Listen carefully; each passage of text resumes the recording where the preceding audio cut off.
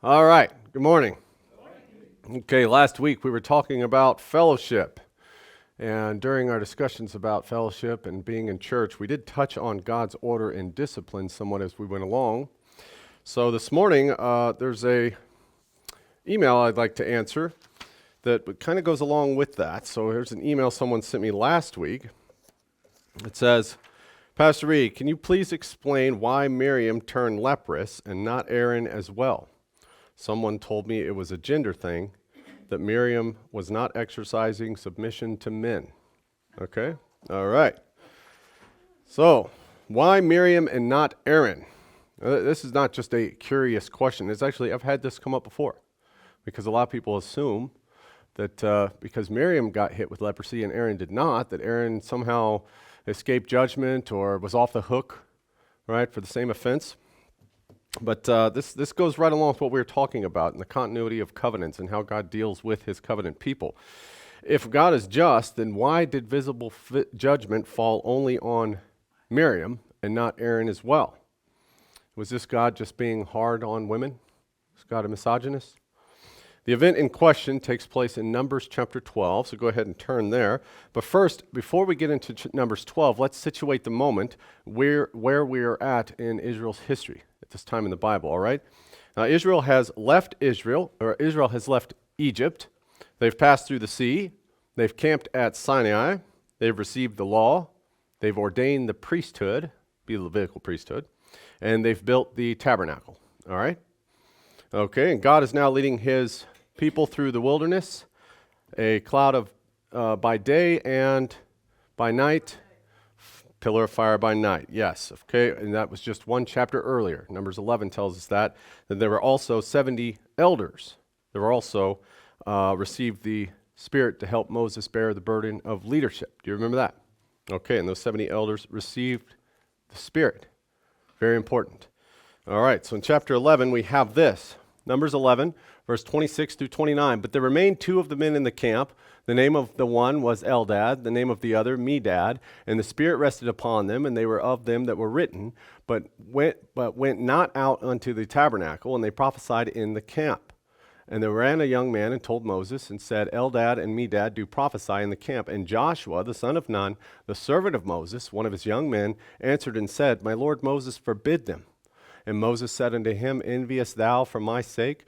Would God that all the Lord's people were prophets, and that the Lord would put his Spirit upon them.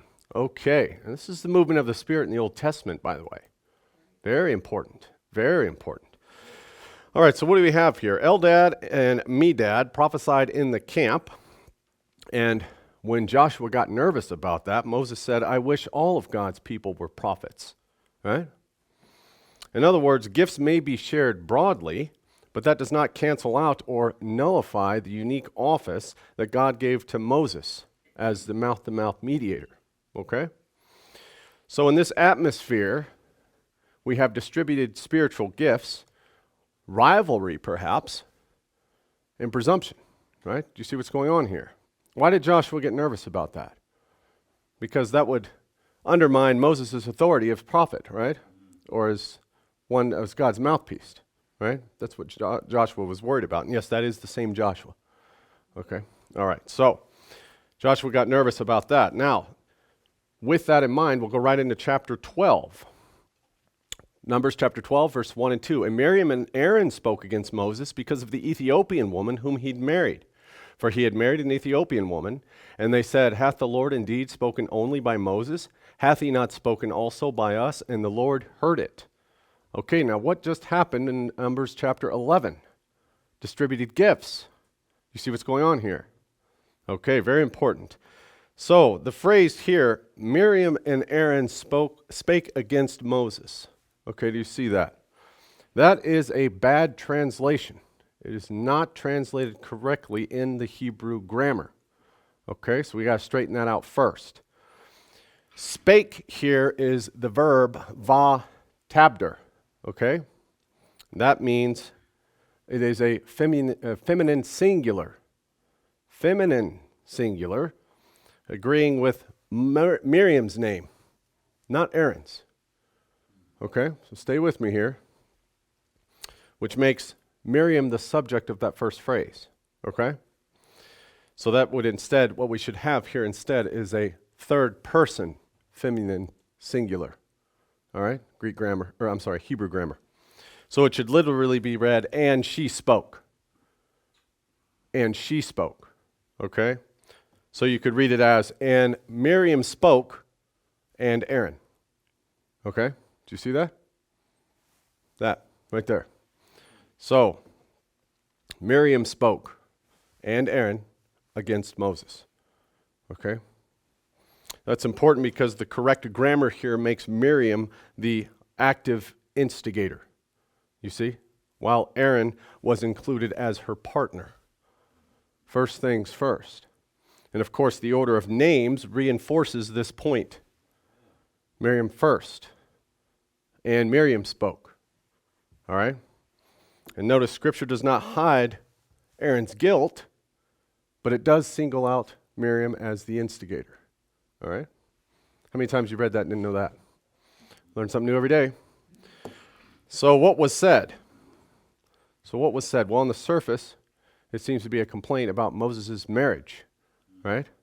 Now, what about this Ethiopian woman? From our studies, we know Ethiopia is what? What's the ancient name of Ethiopia? The land of Cush, right? So this woman was a Cushite. Very good.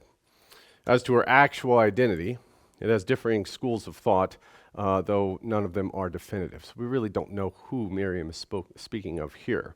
Now, some say she's actually Zipporah, right? Zipporah, even though she was from Midian. Very good. So she was a Midianite. Others say she's actually the second wife of Moses.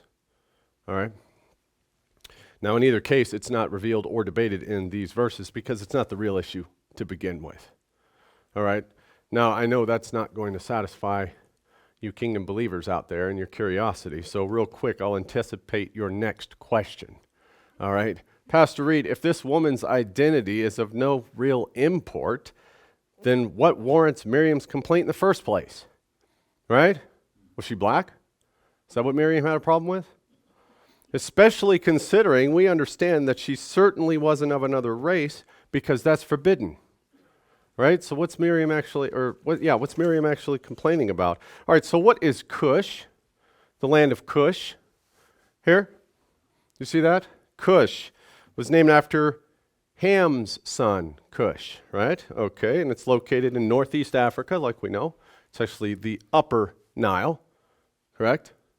The upper's the lower's the upper. All right. To an Israelite, Cush, now we're up here somewhere, right? And the Israelites, you remember? All right, so to an Israelite, Cush was far south. Okay, and scripturally, Cush means distance, a foreignness, okay? To the ends of the earth, remember? In the southern direction. That's what Cush means. Now, what about Midian? Do we know where Midian is? Midian's over here, right? Do you remember these? All right. So that's on the Arabian Peninsula, correct? And to an Israelite, Midian would have been the eastern wilderness. You see that? All right. In Numbers, it was the local wilderness territory where Zipporah was from, right? So we understand that. So how can it be said that the Cushite woman could have been Zipporah? You see, they say, well, it could have been her. Cush is the African southlands, though, and Midian is all the way over here in the Arabian eastlands. So how are they getting these two women? How are they correlating those? But the two aren't even in the same place geographically, are they? No, but in the ancient world, terms sometimes overlapped or were used broadly. The Bible actually speaks of this. Habakkuk, chapter 3, verse 7. I saw the tents of Cushan, Cush, in affliction, and the curtains of the land of Midian did tremble. Do you see that? How often do you read Habakkuk? Okay. So by Judges 3, the Cushite peoples, rulers, have been dispersed into the lands of Mesopotamia. So it is possible the Cushite is a Midianite. Do you see that? It's possible. So Miriam could have been mocking Zipporah by labeling her a Cushite, right? Highlighting that she's from a distant or foreign land. A distant or foreign land, not that she's of another race, correct? Okay, all right.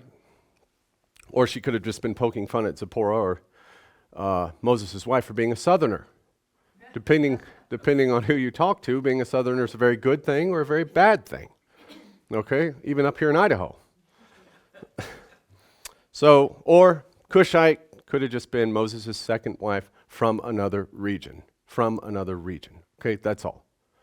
So Miriam was mocking Moses' wife for either being Zipporah, the Cushite / Midianite, or from the land of Ethiopia, the land of Cush, or it was Moses' wife was a Cushite, another southerner in the camp. You see? So, in the Numbers 12, 1 and 2, the text, we see this, it quickly moves away from that, though. Right? It doesn't take time to discuss who this Ethiopian woman is or where she's from, because as I said earlier, the real issue isn't this woman's hometown. All right? The Ethiopian woman line is just an excuse Miriam used in order to spark criticism to Moses. You see that? No different from ourselves, right? When people want to make fun or undermine someone, they often go over whatever fault they can find or point out right away. Right? They're no different from ourselves. These are our ancestors. It doesn't need to be a real issue, just a pretext. You see, the reference here is a thin cover story. Moses, the lawgiver, would have never have entered into an unlawful marriage. To accuse him of that would be to accuse him of blatant covenant violation, which the Bible never even suggests. Okay? So there are a lot of theories about why Miriam is pointing out or criticizing Moses' wife here. The chief one being, of course, to the unlearned, is that Miriam is speaking out against Moses' black wife, right? And since God slapped her with leprosy for that, God's okay with interracial marriage, right? That's how it's preached. That woman would have never been from another race. Moses did not violate the covenants, all right? And look at verse 2. And they said, hath the Lord indeed spoken only by Moses? Hath he not spoken also by us? And the Lord heard it. You see, here she's challenged God's mediator, Moses' authority. Miriam's problem wasn't his wife, it was his role. You see? The wife she just brought up to start it all. The real issue is rebellion. Because what are they saying here? What's Miriam saying? Why is Moses so special? Aren't we just as spiritual? Doesn't God speak through us too? Right? Now remember what just happened at the end of chapter 11. They have confused shared gifts with equal authority. Do you see that? It's a big problem in the church, is it not? Yes, it is. And their jealousy challenged God's order from within. Do you see this? Psalm 106:16. They envied Moses also in the camp and Aaron, the saint of the Lord. Do you see that? What's the issue then? Jealousy, envy. That's the root of the motive here. On the outside, it seems to be about Moses' marriage. Yet it's really about Miriam and Aaron resenting Moses' unique role. You see? And this pattern is something we've seen before, right? This is timeless. Rebellion often wears the mask of secondary issues. You see? Paul says in 1 Corinthians chapter 10 that the failures of Israel in the wilderness were what? Written down as examples for us, right? And Miriam's rebellion is one such warning for ourselves. All right, so let's move on to Numbers 12. Verse 4 through 8, And the Lord spake suddenly unto Moses and unto Aaron and unto Miriam, Come out ye three unto the tabernacle of the congregation. And they three came out. And the Lord came down in the pillar of the cloud and stood in the door of the tabernacle and called Aaron and Miriam. And they both came forth. And he said, Hear now my words. If there be a prophet among you, I, the Lord, will make myself known unto him in a vision, and will speak unto him in a dream. My servant Moses is not so, who is faithful in all mine house. With him will I speak mouth to mouth, even apparently, and not in dark speeches. And the similitude of the Lord shall he behold. Wherefore then were ye not afraid to speak against my servant Moses? That's quite a little chastisement, isn't it? God came all the way down there to tell them these things, okay? Now, God is not singling Miriam out because she's a woman, is he? No, her gifts are real. Miriam's gifts are real. In fact, Exodus 15:20 says she's a prophetess, right? Micah 6 even places her name beside Moses and Aaron's as one of the divinely sent leaders, right? And as a real leader with real gifts, she has real accountability. This is no small thing. According to these verses, to speak against Moses is not just critiquing some man, is it? No, it's resisting the one God himself appointed to be his mouthpiece. The issue here is not gender, but divine order. You see, Miriam led the charge. That's why she bore the visible correction. Okay? Numbers 12:9. And the anger of the Lord was kindled against them, and he departed. All right, now we see God's anger here is the Hebrew verb for burned. Right? You hear that? God burns in anger. All right, of course, that would be his consuming holiness, if you read more of the prophets. And notice it's directed at both of the siblings, not just Miriam. All right? Verse 10, and the cloud departed from off the tabernacle, and behold, Miriam became leprous, white as snow, and Aaron looked upon Miriam, and behold, she was leprous.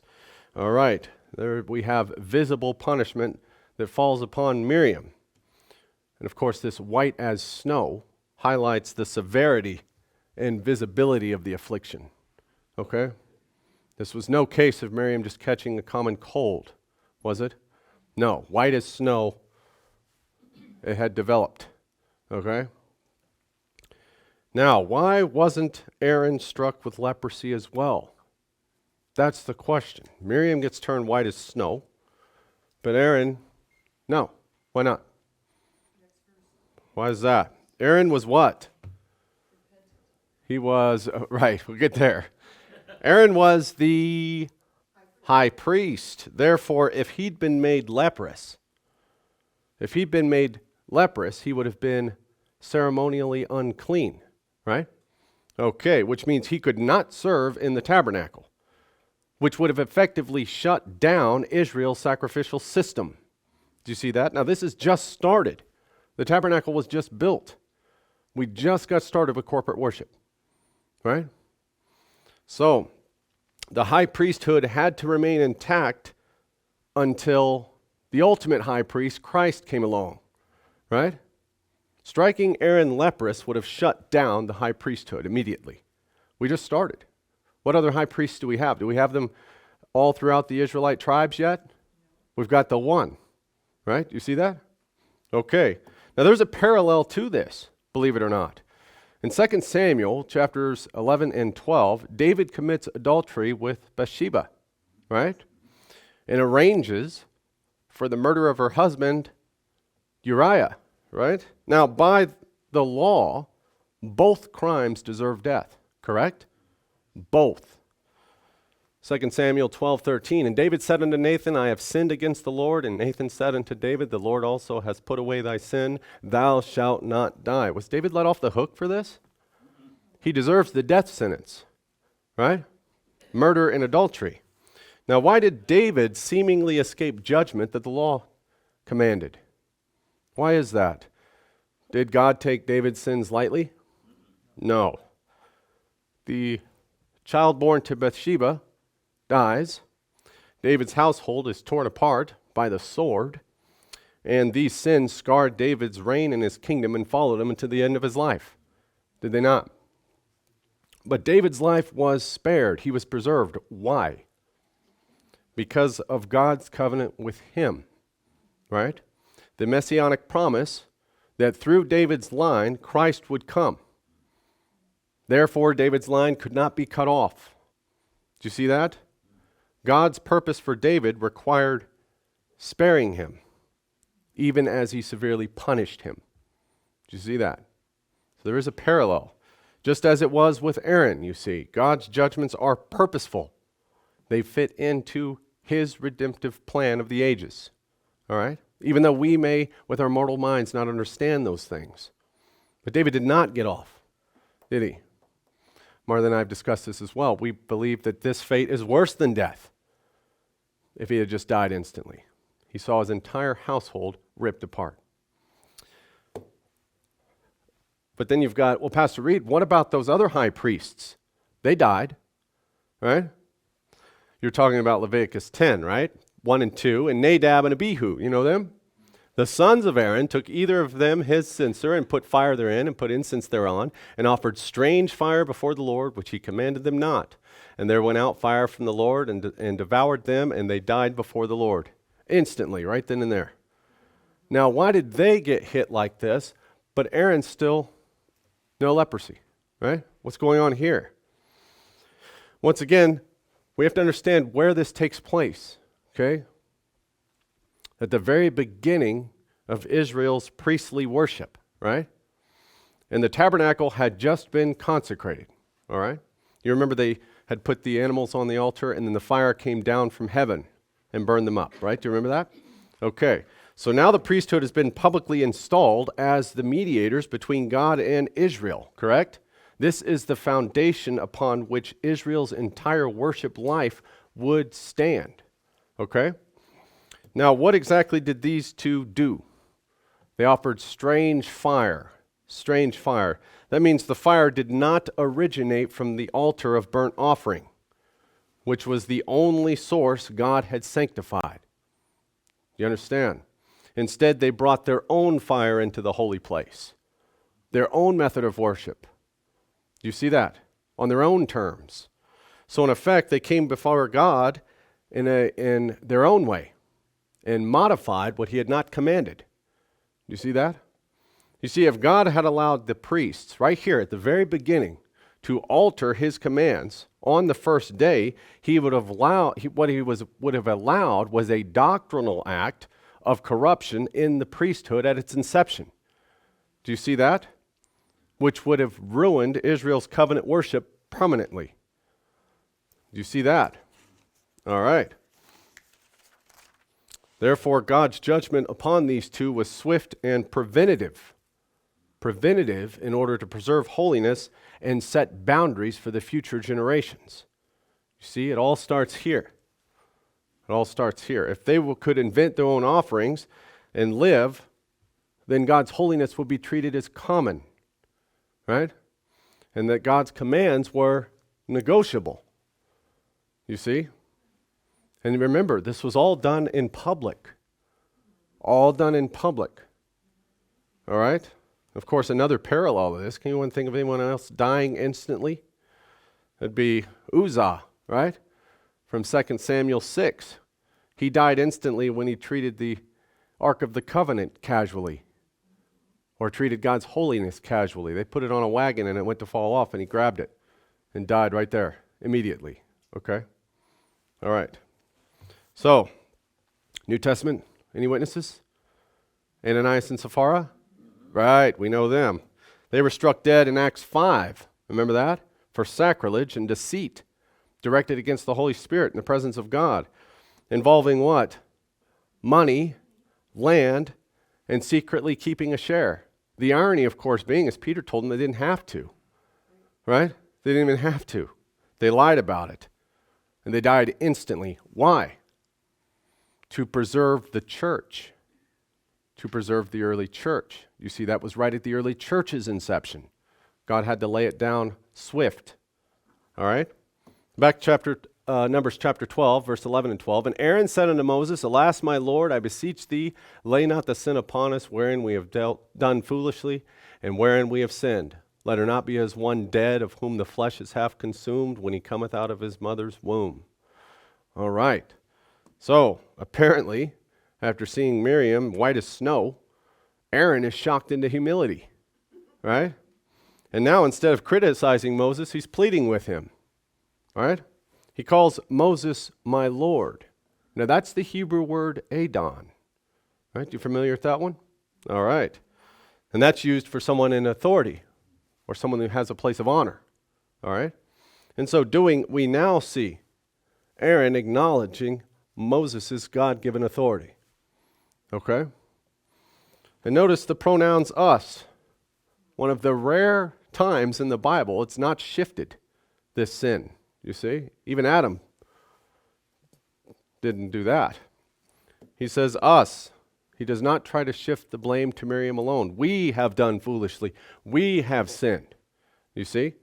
He is repentant. And Moses, he is repentant. And Aaron doesn't say, I didn't mean it. Does he?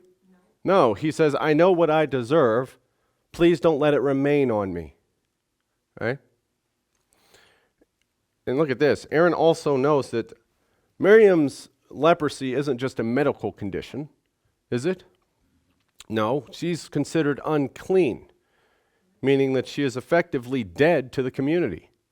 Right?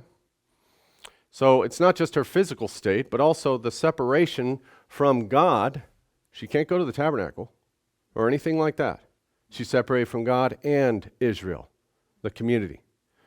All right? And so he also vividly describes what he sees leprosy as. We see here it's a grotesque image of a stillborn baby with a half-wasted body. Right? So to Aaron, leprosy is worse than death. It's a decay of living death. That's what it was, right? And notice what Aaron does not do here. He does not argue with God. He does not protest the fairness of punishment. And he doesn't claim special treatment as a high priest, does he? No, he shows humility before the justice and mercy of God. All right? Now, is Aaron off the hook? It would seem so. No. Well, he's publicly forced to call Moses my Lord as the high priest and plead for mercy. And as the high priest, he publicly confesses sin. You see that? His authority, though preserved, is chastened, though. I think he learned his lesson. After this, we never again see Aaron challenge Moses. Never. All right? As a matter of fact, in Numbers 16, during Korah's rebellion, which is very much like this, correct? Very much like this. By the time we get to Korah's rebellion, Aaron stands with Moses, and he actually wields the incense as the intercessor to stop the plague. You see? Repentant. I think he learned his lesson, did he not? Now, although Aaron was spared of leprosy here, he was not exempt from later judgments tied to his failures, was he? No. We know that he suffered the loss of his two sons, right? Nadab and Abihu. He did not enter the promised land, did he? No. Because both he and Moses disobeyed God by striking the rock. All right? Everybody think it was just Moses that didn't go in. No, Aaron didn't go either. He didn't go either. He died at Mount Hor. He was actually stripped of his priestly garments, and he was replaced by his son, Eleazar. Very good. All right, so no, he was not off the hook. Numbers 12, 13, 14, and 15. And Moses cried unto the Lord, saying, Heal her now, O God, I beseech thee. The shortest prayer Moses ever said, by the way. And the Lord said unto Moses, If her father had spit in her face, she should not be ashamed 7 days. Let her be shut out from the camp 7 days. And after that, let her be received in again. And Miriam was shut out from the camp 7 days, and the people journeyed not till Miriam was brought in again. Okay, so here, once again, Moses, we see him stepping into the role as intercessor. Once again. Of course, there's no retaliation. There's no gloating. He pleads for the guilty, does he not? All right, now, what about this? If her father had but spit in her face, should she not be ashamed 7 days? What is that?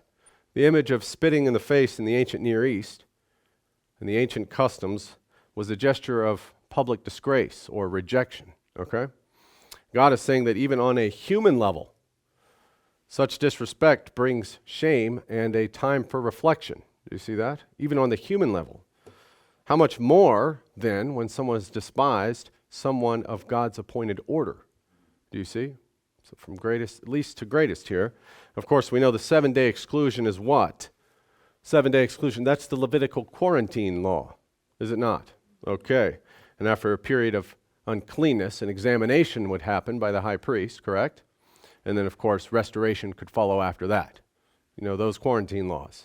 Yes, very important. Israel's one of the only ones that had them, as a matter of fact, when it comes to those. Now, God's justice involving Miriam is not permanent banishment then, is it? No. It's temporary correction. All right? Temporary correction. The goal was to restore honor, not annihilate the offender. You see?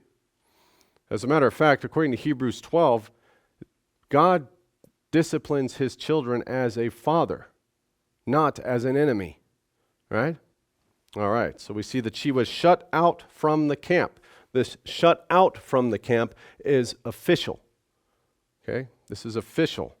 So she was excluded from national Israel's fellowship, right? She was shut out. And of course, this also halted or paused national Israel's progress. You see that? We couldn't move forward because until the offender had been restored. All right, so you see that. So we have a living parable here then with Miriam, do we not? Miriam's isolation embodies what sin always does. It cuts off, separates, and stalls movement. Think about the fellowship we were talking about last week, right? All right. Sin is never private. You see, because one person's sin can stop an entire community. You see that? Of course, in Joshua 7, we have another example of that. Anybody know? Achan, right? You remember Achan?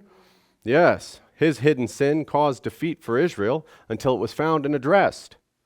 Again, another witness. So sin, like leprosy here, is more than just contamination. It's disconnection. Do you see? Miriam's rebellion fractured covenant fellowship.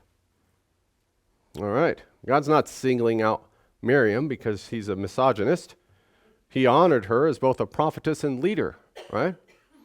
And because her leadership was real, so was her accountability. This is not a gender thing at all, but because she led the rebellion, she bore the visible chastisement. Do you see that? God's discipline was proportionate to her role, not her gender. The lesson here is moral, not patriarchal. Okay? And our takeaway from this is holiness is communal. The whole camp paused, right? God was teaching that holiness is not an individual achievement or an individual effort, but a corporate trust. Paul understood these things. 1 Corinthians 12:25 through 27, that there should be no schism in the body, but that the members should have the same care one for another. And whether one member suffer, all the members suffer with it. Or one member be honored, all the members rejoice with it. Now ye are the body of Christ and members in particular. Exactly what we were talking about last week, correct? So, when one member falls, all are affected. The congregation's waiting on Miriam signified solidarity and expectation. Do you see? No one moved forward until the fallen leader was reestablished or restored, right? So we've read this story about Miriam in Numbers 12, and is it just a cautionary tale of sin and rebellion? No. We have a sinner stricken with a defilement she cannot cure, correct? A mediator crying out for mercy on her behalf. A period of separation outside of the camp, outside of the covenant people, and at the appointed time, restoration when she's brought back in. Is all of this just a little story in Numbers? Or is it prophetic? Hebrews 13:12 through 13. Wherefore Jesus also, that he might sanctify the people with his own blood, suffered without the gate. Let us go forth therefore unto him without the camp, bearing his reproach. For here we have no continuing city, but we seek one to come. Jesus went outside of the city, right? Outside of the camp, bearing the reproach of Israel's sin, not his own. He became the Redeemer who stepped into Israel's exile in order to bring them back. Do you see that? When the high priest rose from the tomb, the entire plan of redemption could move forward. Correct? All right. Miriam's leprosy was not just her own. It was a picture of Israel's prophetic condition. Do you see?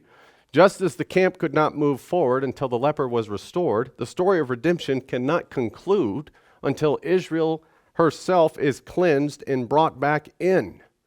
That's the promise of prophecy. Hosea 14:4, I will heal their backsliding and I will love them freely. Isaiah 4:4, in that day the Lord will wash away the filth of the daughters of Zion. So you see, what Miriam endured in miniature, Israel endures in history. And what Miriam's restoration prefigures, the restoration of national Israel will fulfill. Do you see that? And that same Christ who bore her reproach outside the gate will soon return to bring her inside, restored, adorned, and reconciled. Jeremiah 3:14, Turn, O backsliding children, saith the Lord, for I am married unto you, and I will take you one of a city and two of a family, and I will bring you to Zion. And when that day comes, the greater Miriam, Israel herself, will stand as the bride, cleansed and received, and the wilderness will at last give way to the kingdom. That's all I have for this morning.